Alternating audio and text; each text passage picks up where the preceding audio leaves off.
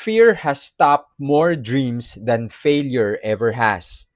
Not because people lack talent, not because they lacked opportunity, but because they listened to the voice that said, "You're not ready. You're not good enough. What if it doesn't work? What if people judge you?" Fear has a way of making tomorrow feel safer than today.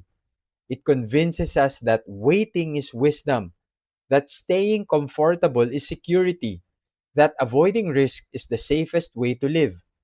But while fear keeps you standing still, life quietly keeps moving forward. Dreams remain unwritten, conversations remain unspoken, opportunities quietly pass by. The greatest tragedy is not that fear exists. The greatest tragedy is allowing fear to become the author of your life. Because there is another voice inside you, a quieter voice, a stronger voice, the voice that reminds you there is something meaningful you were created to do. That voice is called purpose. And today, you must decide, which voice will you follow? Chapter 1: Fear is a terrible leader. Fear is not your enemy. It exists for a reason. It protects you from real danger. It reminds you to be careful. It helps you survive. But fear was never meant to lead your life. Imagine getting into a car. Fear should be like the warning light on your dashboard. It tells you to pay attention. It reminds you to drive wisely. But imagine allowing that warning light to grab the steering wheel. You would never reach your destination. Many people are living that way. Fear has taken the driver's seat. Every decision is filtered through one question: what if something goes wrong?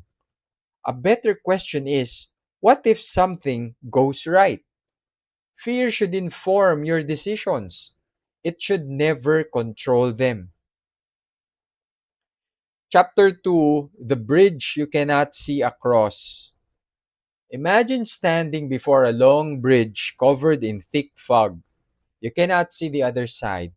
You cannot tell where it ends. You only know that somewhere beyond the fog is the life you've been hoping for, the healthier version of yourself, the business you've dreamed about, the book you've wanted to write, the relationship you've been afraid to repair, the purpose you've been postponing. Fear whispers, "Do not cross. The bridge might collapse. You might fail. Stay where it feels safe." But there is something fear never tells you. Staying where you are also has a cost. Every day you refuse to cross, you remain exactly where you are. Purpose has never asked you to see the entire bridge. It only asks you to take the next step. Chapter 3: Comfort Can Quietly Become a Prison. Comfort feels harmless. Why? Who doesn't enjoy feeling safe? But comfort has a hidden danger. It slowly convinces you that this is enough. You stop taking chances, you stop learning, you stop growing, not because you cannot, because you no longer want to feel uncomfortable. Years later, many people mistake comfort for peace, but they are not the same. Peace comes from knowing you are living according to your purpose. Comfort comes from avoiding anything that challenges you. One brings fulfillment, the other often brings regret. Chapter 4: Your Purpose is Bigger Than Your Fear. Think about the people who inspire you. They were not fearless. They felt uncertainty. They questioned themselves. They worried about failing. The difference was not the absence of fear. The difference was that something mattered more. A parent wakes up every morning to provide for the family, not because it is always easy, because love is greater than comfort. A teacher continues encouraging students, not because every day is rewarding, but because purpose is greater than frustration. An entrepreneur starts a business, not because success is guaranteed, but because the dream is greater than the doubt.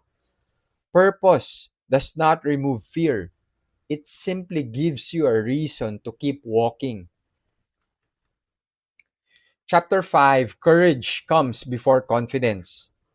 Many people are waiting to feel confident before they begin. But confidence is not the starting line, it is the finish line of many small acts of courage. The first speech feels awkward. The first video feels uncomfortable. The first workout leaves you exhausted. The first attempt is rarely your best. That is not failure. That is how confidence is built. Every expert was once a beginner. Every leader was once uncertain. Every success story began with someone taking a step before they felt ready. Do not wait for confidence. Walk toward it. Chapter 6: What Fear Never Shows You. Fear has a powerful imagination. It shows you everything that could go wrong, but it never shows you what could go right. It never shows you the people you might help, the lives you might change, the friendships you might build, the doors that might open, the strength you might discover within yourself. Fear only tells half the story. Purpose reminds you there is another half. And often, that second half is more beautiful than you ever imagined.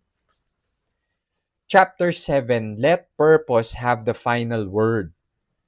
There will always be reasons to wait. There will always be risks. There will always be uncertainty. If you wait until fear disappears, you may wait your entire life. Instead, listen for the quieter voice, the one reminding you that your life has meaning, that your gifts were given for a reason, that someone may be waiting for the encouragement only you can offer. That one decision today could change the direction of your future. Purpose is rarely loud. It does not force you, it simply invites you. One step, one choice, one act of courage at a time.